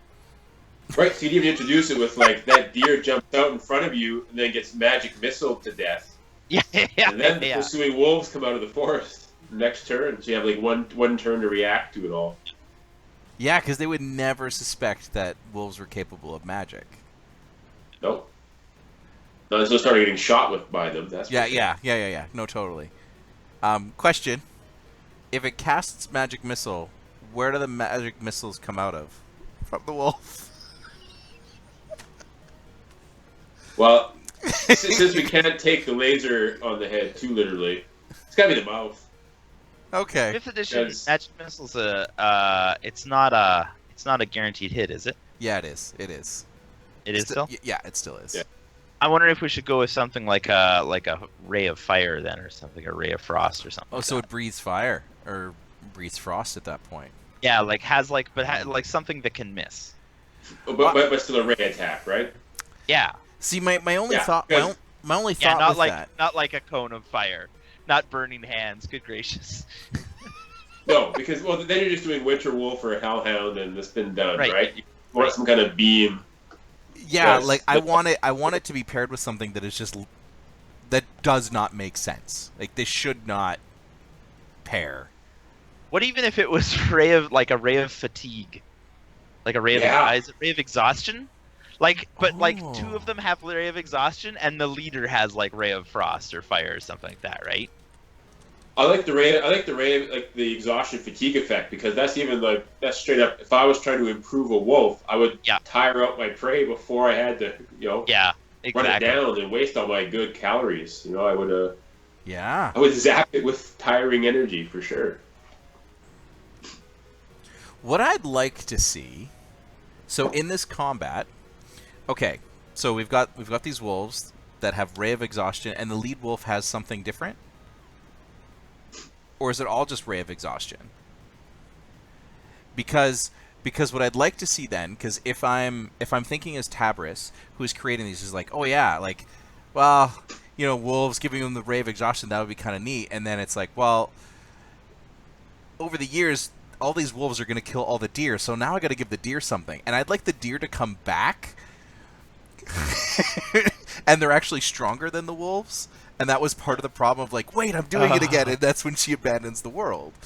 So I want the deer to be the strong ones. Right? I want the deer to come back and be like, oh crap, these deer have machine guns or something. Right, or the equivalent, but that's a good idea. So your first encounter is like, you see this deer die before these wolves, you're like, oh, uh-oh. Then towards the end, before you exit, now there's like deer killing wolves, like you're flipping it? No, I'm thinking that, so the deer come, they make the hard right turn, and they book it off. The wolves come, and they chase in the deer, and then they stop, and they interact with you, and you fight the wolves. And then as the last wolf dies, the deers come back, and now they want to take you out. So now you have to fight the same deer that just ran away. Right. You can leave it as an option depending on the health of the party to bring the deers back at some point, right, as another encounter. Yeah, totally. Yeah. Or it could be a semi-intelligent encounter, like where they were coming back to kill the wolves, and they see the wolves that are dead, and let the dice play out at that point. Yeah. Okay. But I like the idea of like maybe the deer come back and they're bipedal. That sort of thing. Or they come back to help the party from these like crazy strong wolves. Right. And they launch the spear from the forest. Yeah, well, I think there's all good options. Just one needs to be... Yeah, well, you choose one from amongst them, right? But you can show those different principles. I think a good principle to show, if you want, is that when things were going awry, right, when there was like chaos being introduced, that maybe escalation was her approach. And you could display a series of these things where it's like, you have like the basic deer, followed by the basic, the upgraded wolves, and then there was like super upgraded deer. Mm-hmm. Then just the ridiculous predator on top of it all. Like there's just this rolling snowball effect, and then eventually, maybe at the end of this room, the whole place is falling apart because the chaotic element just eventually everything came to pieces. Or a principle you can show later, right? Doesn't have to be in this space, but it might be one way to show that she was not able to suppress this, natural chaos from getting into things. Mm. And maybe,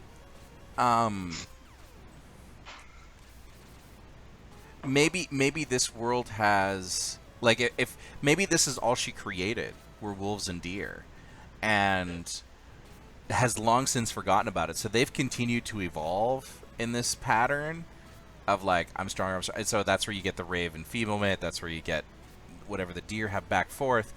But maybe there's, I don't know, in my mind I'm like the ground falling out and there's just nothing. Yeah, because eventually it's like if you're still taking like the program analogy, that it's beginning to like collapse in on itself, right? It can't. Right. Whether you say it's running out of memory or like basically. You're like coming through. It's like a one-time thing. As you come through, you kind of fold that plane, that little build up, and it disappears forever as you move out of it. Well, that's because you're talking about you don't want people to go back. So maybe like the first 3 are you're able to interact with, but because this one's reached some kind of peak state, it's going to fall apart when you're in it. So you are chased out the door, and then you're done with all 3 of those, right? You're past them all. You've moved on to the next section. When it comes to Yeah. combat, I like when you can really interact with your environment, and the environment matters in combat. It's not just dice roll against things. So what if in this combat, wherever you've stepped, so as a DM you have to keep note of this, but when they move away from a space, that space falls out and can no longer be traversed. Or it takes some time, but the spaces that they've stepped on Yeah. will eventually fall away, and so that really makes combat challenging because you're like, oh no. Well, if you have a few encounters in this space, and the last one's with like the Uber Wolf or the Super Deer or wherever we end up, whoever the alpha is. Yeah. Yeah, you put that at the end. Yeah, like the last encounter in this space, that is a good idea for sure. In the earlier ones, I guess if there's only a few things, like if there's like a shrub and a tree, there's like is a tree type and a shrub type, and maybe there's a body of water type that's always the same size and shape, and if you introduce the player to those properties, maybe there's at least one combat advantageous property that can be used to their advantage. You talked about the trees pulling things towards them, so you can try to take advantage of that, right? Or maybe it becomes a disadvantage for you. And one or two other elements max would probably make for an interesting encounter, especially if they stay consistent until the point where the whole plane's collapsing.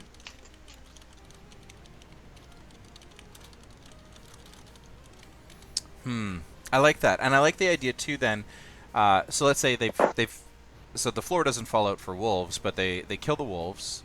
I don't think that encounter should be too crazy.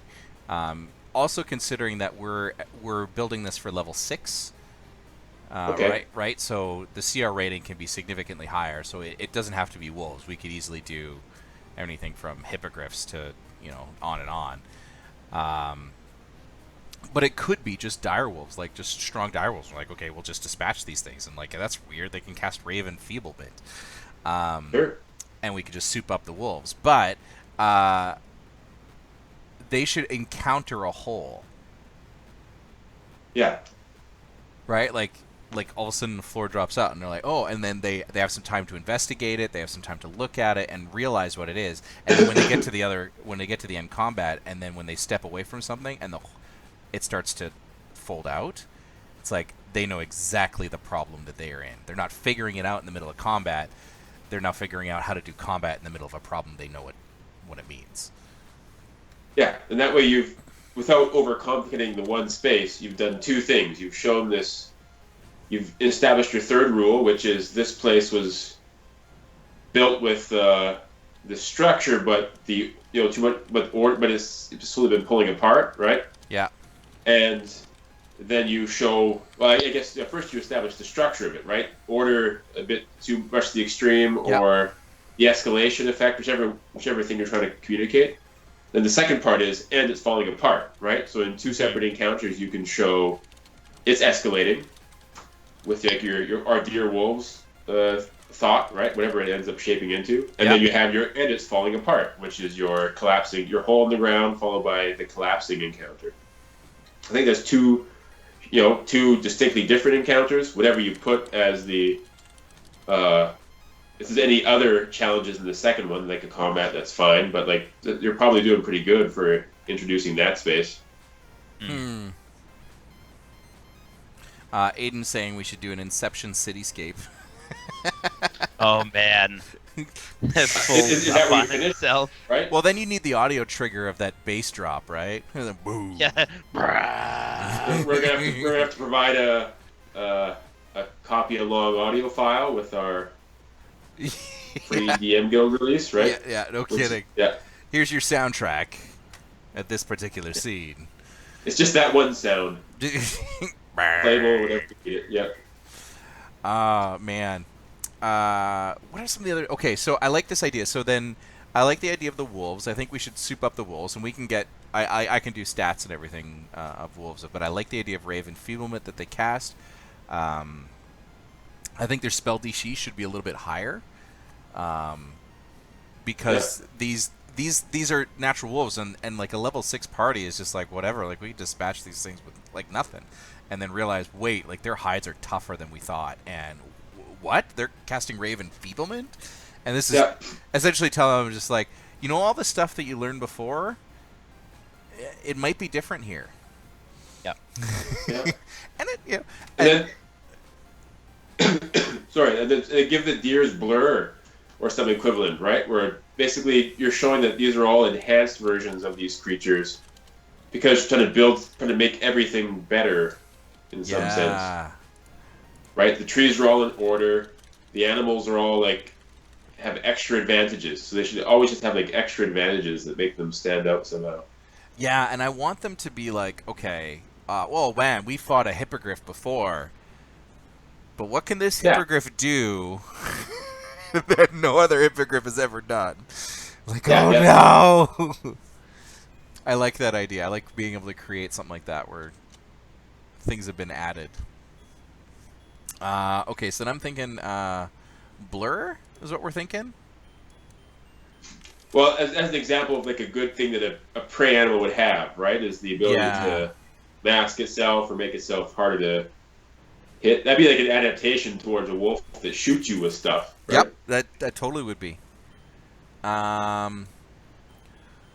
I mean, and Blur might not be in 5th edition though, but there could be like a mirror image or something, some illusionary I think there is blur in 5e. concept. Yeah. I was thinking the ability second to like level illusion. blink, the ability to like blink once, every so often, like so probably only once in combat. So they come at with a big attack and it might like just blink through it. Yeah. Oh, okay. True. Though I guess you already have blink dogs that can do that, right? Yeah, Yeah. that's true. Yeah. Except they can do it over and over.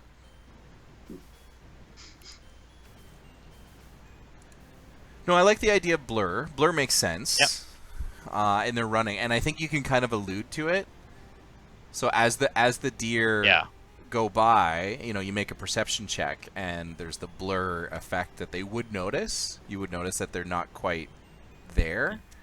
It's a little unnatural.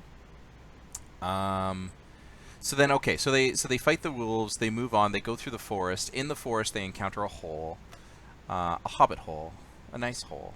They encounter this hole, and this hole, that's where they inspect the properties of like, this is a pillar of destruction essentially. This is a place where you throw things in and it disappears forever.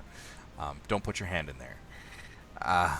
Or is it just bottomless? So you could put your hand in there, and you just kind of feel like the under earth, like, guys, like we're sitting on about a foot of earth and there's nothing underneath that. Yeah. I gotta give you a rope and lower you down. Okay, make a strength check and pray. Well, how old school are you, right? If you're I love Orb of Annihilation school, then maybe whatever they stick in doesn't come back. Well, and if we're thinking also too about like a party of 6th level, these are not noobs that are going in. They'll know better than to stick their arm in, and if they don't, well, too bad. Yeah, I'm not sure. I don't know how generous you have to be. Does floor go to? You know what? I think it would be no. I think it would just open into an abyss of eternal falling. And the reason why is because when you're in combat, if a floor thing drops from underneath you, you should be able to make a dexterity acrobatics to catch yourself on the edge before falling. Right? You don't want to like catch yourself at the edge, pull yourself up, and half your body is now gone and you're bleeding out. And I'm sorry. No, completely. So that way it keeps it consistent. Yeah. But there is, but I guess that's one thing to answer because people fail dexterity saves with some frequency. Yeah. So if the ground's going to fall out on you, what happens when you fail? I mean, I told my story where the guy got 4 checks before he fell to his death. How many checks did these guys get? Nope. Is it just Character one? dies. Or Permanent is death. The consequence death, right? What is the consequence of failure? That's a good question. Because that void might stay consistent. Like, you want to treat it like the void of space where there's nothingness, and so you're It's like instantly suffocating out of breath, trapped maybe- forever. but can still be rescued somehow? I wonder if you get overwhelmed, like if the party gets overwhelmed and falls, do they just fall to the next encounter? Like it's the void is actually part of the exit too. Like you just get out.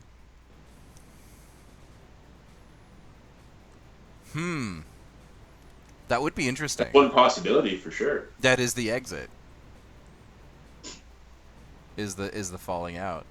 It's just like the party would just do everything possible to stay alive until the last bit of crowd disappears.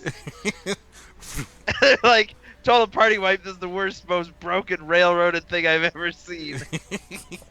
And then they solve it. Chat says that we could show up in front of the cactus. You know what, though? I actually kind of like that idea, that they do fall, and they show up in front of the cactus, but it's now the formed world. Right? Like, it harkens it back? I like that. Yeah.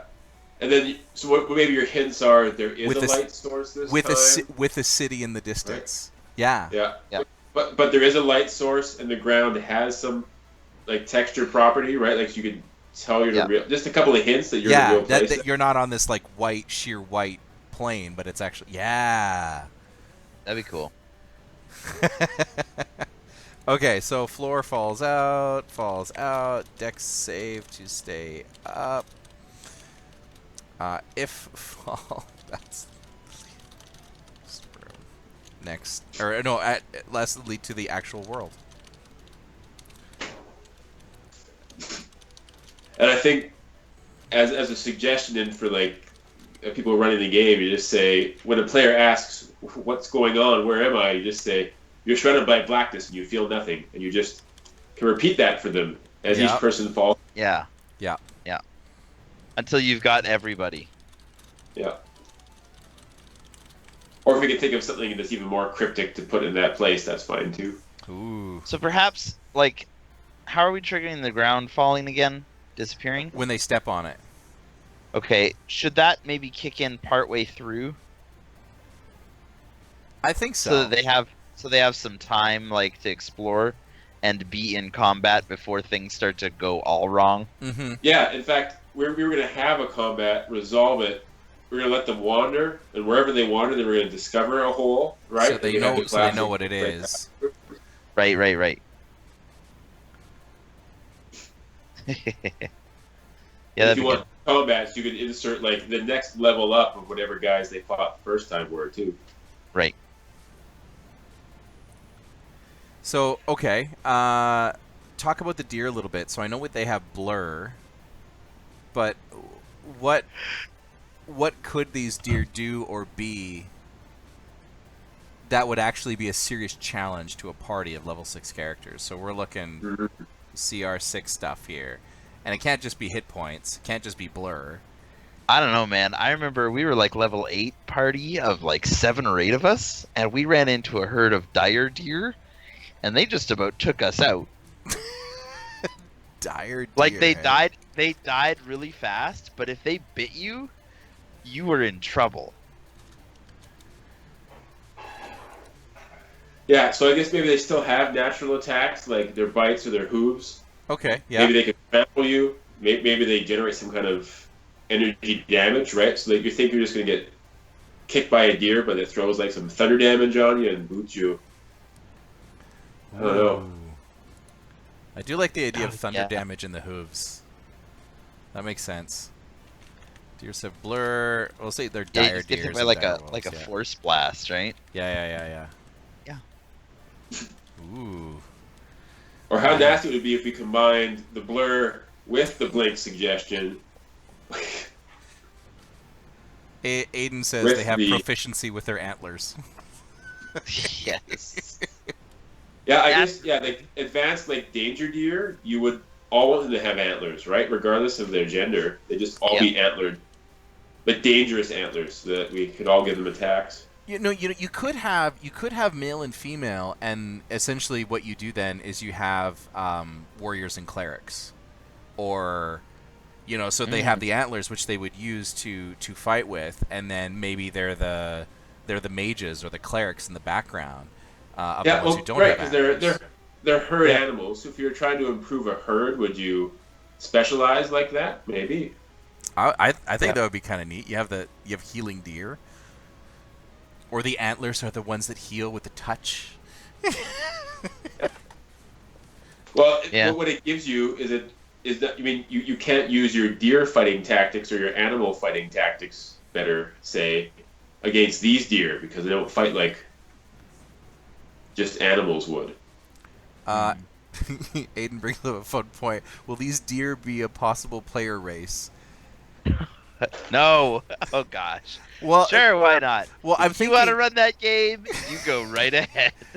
what if there was a race that is not a player race but is an NPC race that are deer people that are a Well, part I of this would bring world? that into the. I'd bring that into the. Oh, pardon me, the final world. Yeah. No, Then. totally. That they Yeah, yeah. suddenly encounter somebody that's like, hey, I know how you got built. Yeah. I know the history Which of they your find people. mildly offensive, right? Okay. So do you all have no? So not. So antlers are melee attacks, and then non-antlered are. Would it be healing or damage? I like the idea of healing because Mhm. For me, it says herd and like this. They're fighting as a unit, but Yeah. supporting each. Right? yeah, healers and maybe buffers as well. So like Hmm? they could empower the one with the antler to have like shocking grasp, Yeah. and then they charge forth with the antlers and hit you with that. That'd be kind of neat. Yeah, I think all you need to give them is 3 or 4 spells, Yeah. right? Like in the form of many monsters that have a couple of use at will or use per days. Mm-hmm. They'll now make and use per days is more than plenty, and then you can build a pretty good combat out of that. I'm sure a couple of buffs and a heal, and then they have a very good mix with the straight up fighters. Yeah, and I like the idea of then, these deer-like people in the real world are like the religious. They're more often Yeah, the they're like the priests. priests of the world, right? It is smart to show some prototypes, right? Yeah. So if you have that if you have like a canine or like a lupine group, and you have this deer-like race after all, right? Whether they're in Mhm. conflict or whether they're even just like in separate spaces, just to show Mhm. where like things were built up from. It's a pretty cool idea. So it's a proto-dire deer. That's what I'm calling it. Oh man. Well, I think we've done it for the opening rooms. That they land in front of the cactus with the city in the far part. I think we're gonna wrap it up and leave it there. Man, that was really good. I'm excited to see. I would love to play this as a player because I would be so confused and so wanting to know what's going on next. But I wanted to say thank you to all the chat. Thank you for everybody who joined in. Once again, if you came late, we are building this as a communal campaign builder, and what we're going to do is we're going to release it on DM's Guild. And so everybody that even participates in chat, we made the agreement that we're going to have like in the thank you notes, so all the chat names of everybody who participated along the way, so you get to see your names in there. But until next week, we're going to expand more on Dungeon Masters Anonymous. We'll expand to Step 4 of our credo. We'll have another guest in. I'm really excited to introduce you to DM Michael. He's a good guy, and I think you'll really enjoy what he has to contribute. So once again, I'm Kyle. See you guys later. Jordan, thank you for coming in. Thank you. And Seth, once again, we got to get you a taller chair. All I'm seeing is just the... I'm leaning back. I'm reclining. All right, until next week, everybody, enjoy your DMing experience and never forget the 12 steps of Dungeon Masters Anonymous.